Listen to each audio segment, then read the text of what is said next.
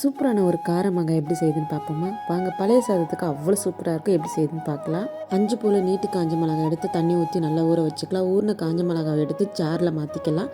மாற்றிட்டு 4 போல் சின்ன வெங்காயமும் 4 போல் பூண்டு போட்டுக்க வேண்டியது. கொஞ்சம் போல் கல் உப்பு போட்டுக்கலாம். ஊற வச்ச தண்ணியை ஊற்றிட்டு நல்லா நைஸாக அரைச்சி எடுத்துக்கணும்.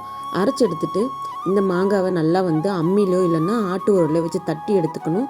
நம்மளுக்கு அரிஞ்சால் நல்லா இருக்காது, அந்த மசாலா ஒட்டாது. அதனால இப்போ நல்லா பிச்சு எடுத்துக்கலாம்.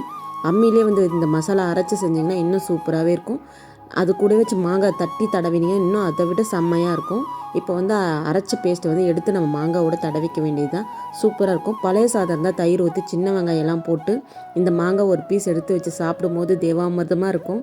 இந்த மாதிரி ஒரு வாட்டி ட்ரை பண்ணி பாருங்கள், செம்மையாக இருக்கும். அடுத்த வீடியோவில் சந்திக்கிறேன். டாட்டா பாய்.